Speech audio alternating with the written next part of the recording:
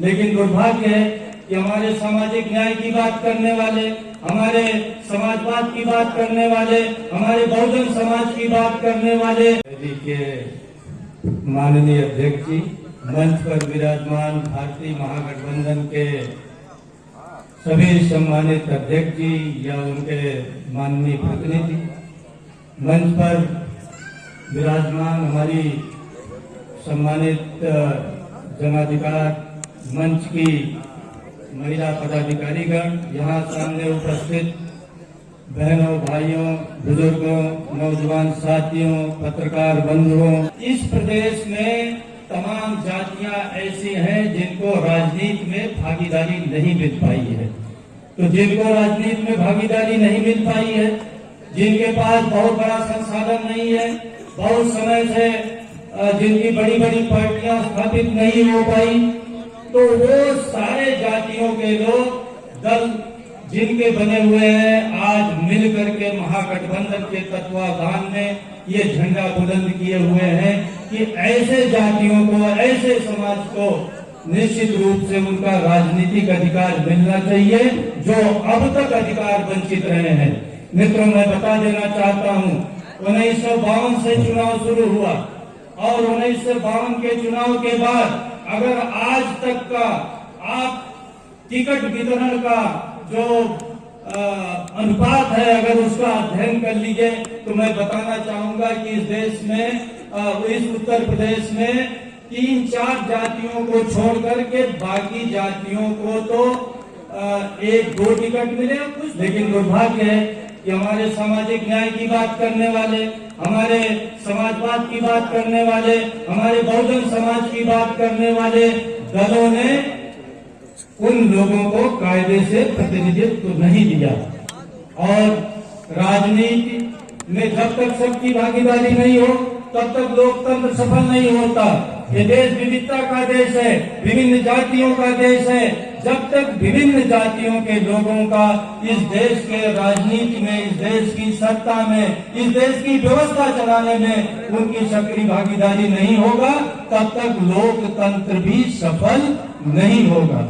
अभी राकेश जी ने बड़ी खूबसूरती से बात कर दी कि अब ऐसा समय आ गया है उत्तर प्रदेश में 2022 में विधानसभा का चुनाव होने जा रहा है।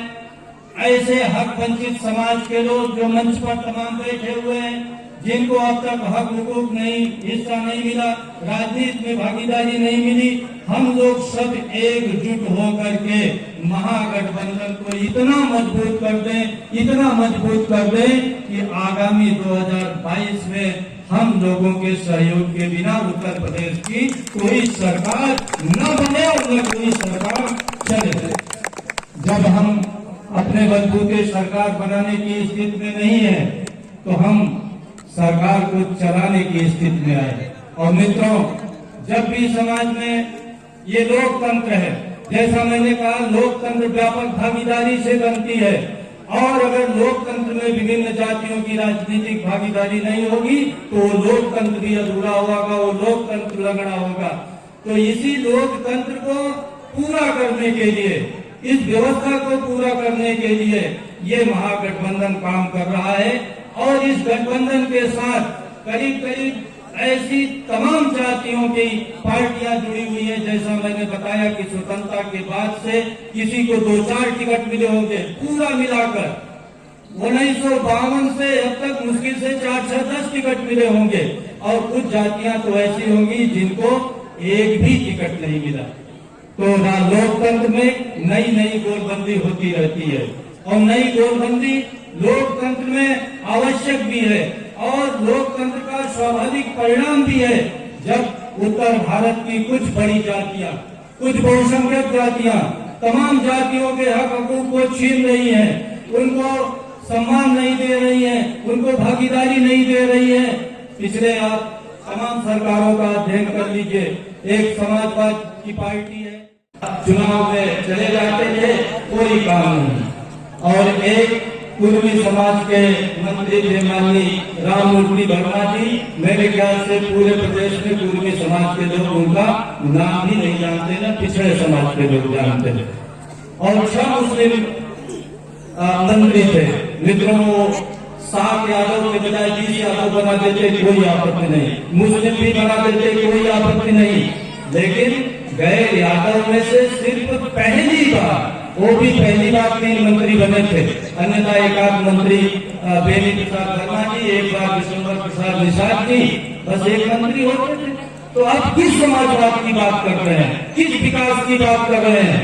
विकास तो जैसा मैंने कहा कि बजट होगा, विद्यालय बनेगा, बजट होगा, टीचर रखे जाएंगे, बजट होगा, किताब आएगी, बजट होगा, पुल बनेगा, बजट होगा, सड़कें बनेगी, बजट होगा, अस्पताल बनेगा, और आप लोगों को लैपटॉप भी बांट सकते हो, लोगों को कोट पैंट भी दे सकते हो, साड़ी ब्लाउज भी दे सकते हो, खाद्यान्न भी दे सकते हो, मकान भी दे सकते हो। लेकिन मित्रों, सामाजिक न्याय ये नहीं है। ये तो वैसे ही आचरण करना हुआ जैसे मुख्यमंत्री जी राजा हो और अपनी प्रजा का ध्यान रख रहे हैं। अब लोकतंत्र में न कोई राजा है, न लोकतंत्र में कोई प्रजा है। लोकतंत्र भागीदारी का नाम है, हिस्सेदारी का नाम है। जब तक लोकतंत्र में सबकी भागीदारी नहीं होगी, समाजवाद, बहुजनवाद, पिछड़ावाद, सामाजिक न्याय की सारी बातें बेईमानी है। अब ये महागठबंधन आपके हक हकूक की लड़ाई लड़ेगा। हमें एकजुट रहना है।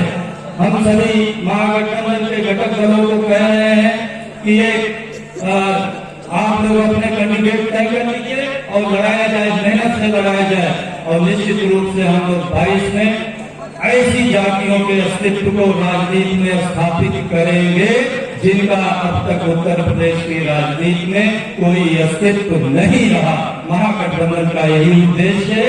इसी के साथ मैं अपनी बात को समाप्त करता हूँ। जय हिंद, जय भारत, जय महागठबंधन।